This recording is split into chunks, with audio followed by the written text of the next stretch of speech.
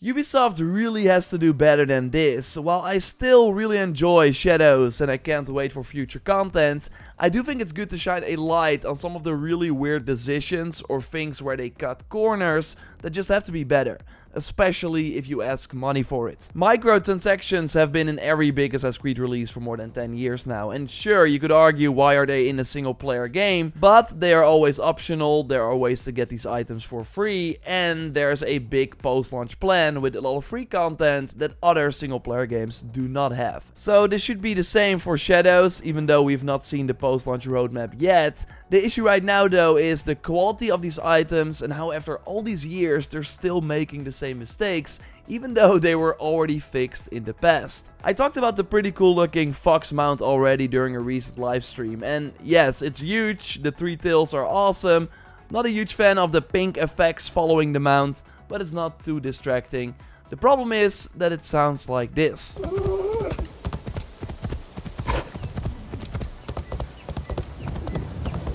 Yes, Ubisoft is selling a huge fox mount for $10 and it has hooves. Like they use the same sound as the horses in the game. And the crazy part is that Valhalla had a similar fox mount, also with the three tails. Not as big though, but it sounded like this.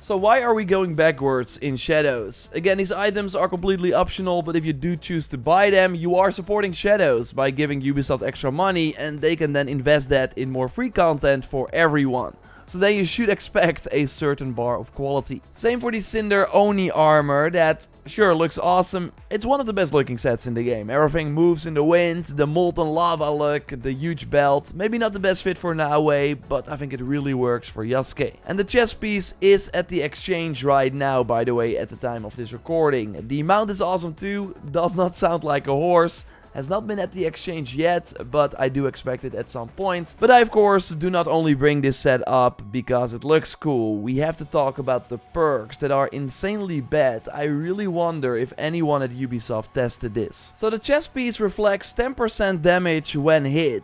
I'm here getting hit, but the enemy only takes a really small amount of damage. So I had this guy go crazy on me, I took some rations, but still, this is all the damage that this perk did. But that's actually not weird, because this is based on your damage. So on paper, this perk deals 1/10 of a regular hit when you get hit. So not sure why this was ever put on an item. The headgear gives 15% of an adrenaline chunk on getting hit, while you also get that from dealing damage to enemies yourself. And that's of course way smarter than standing still and taking the hits. The trinket gives you 35% damage reduction when health is critical, so you should survive if you want to trigger the on-hit perks. But again, they are so bad, so there's no reason to. And the worst part is that these perks are the same for Naue, so they also entice you to get hit with Naue, while on the extreme difficulty you can only take 5 hits from a regular soldier. So let's freeze before the fatal hit, zoom in. Joyce, you can enhance more, because this is all the damage you do to an enemy before taking the final hit and dying. Not worth it at all. Even if they change this to like 100%, it's still going to be very bad. But we know Ubisoft can do it. All the 4 items from the armor of the undead for Yasuke work really well together. With the chest piece you drop the poison cloud on a parry and can then also poison yourself. Thanks to the helm, when you are poisoned yourself, you instantly charge posture attacks. And these posture attacks then instantly apply poison on an enemy thanks to the perk on the trinket. And any attacks you do against poisoned enemies with the Naginata from the set gives you health back. So it's all connected, but these items can also really work well separately, like instantly poisoning an enemy with a posture attack is kinda wild with other builds as well. Or just use it in combination with the Naginata, that is by the way at the exchange at the time of this recording. And I think the trinket is really worth it too if it shows up in the daily selection. And totally join the Discord by the way, where we got our lovely community member T-Elf keeping everyone up to date on the items that are for sale at the exchange every day. But yeah, overall this is what Helix packs should be. Give you a unique look and a fun new way to play Assassin's Creed Shadows that is not overpowered per se, but does push you to approach fights differently. And what's even cooler is that Naue's armor set and items in this pack are completely different. That's of course the armor of the Enraged that completely alters the way you play stealth. This one is kinda OP though. Went more in depth on it in the OP items video, link to that in the video description for if you haven't watched it yet. So you get 2 completely different playstyles in one pack, and these items are valuable if you get them in the exchange as well. Another cool thing this pack does is give you visual cues. Like if you actually heal with the undead Naginata from Yasuke, it will glow red. So you know, okay, that worked. The katana from this set for Naue does a guaranteed crit if you don't attack for 5 seconds. And after those 5 seconds, it will glow and make a noise.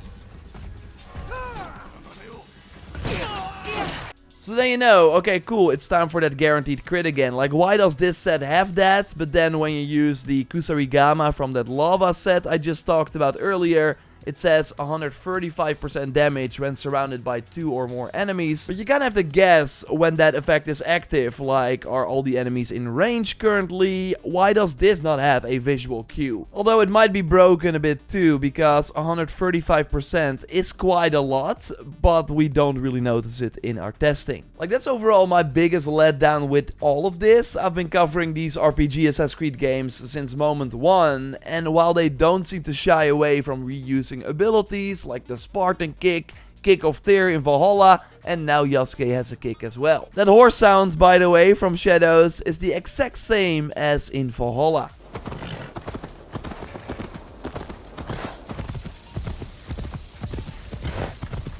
Just like the sound when taking out the final target and getting out of combat.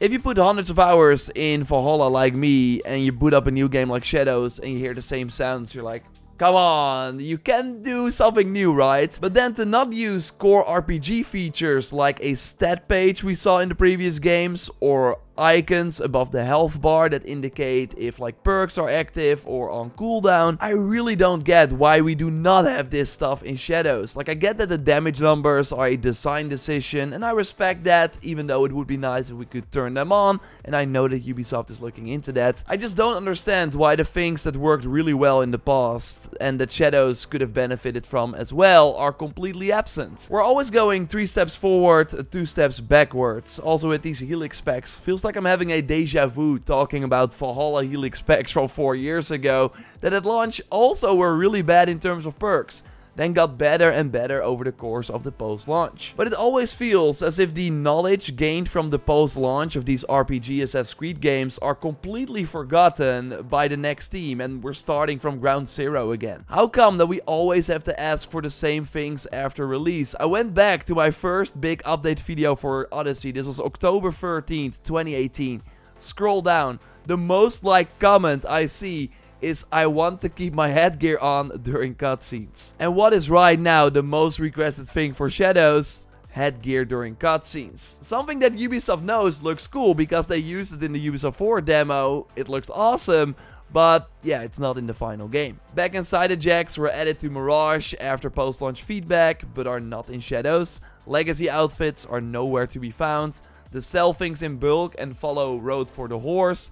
All things that were in the previous games, but that we have to ask for again. Now yes, those 2 things were quickly added. Like, they totally seem very reactive to our request, which is great. I'm sure that during the post-launch, Shadows will evolve into a much better game. But I also think that Ubisoft still has a lot to gain from storing the knowledge that they already have and already acted upon. So they are not surprised when we ask for New Game Plus again, like we did for all their recent games. Now we will of course be here covering all the post-launch features from the previous games that they will also add to Shadows. Look, I love to cover these games with the team, and this is just, I think, a big way they can improve that will benefit everyone. So I will keep reporting on it. Just subscribe to be up to date on everything Shadows. A like would be awesome, and check out the video with secret changes they made recently by clicking on the screen. I'll speak to you very soon. Goodbye.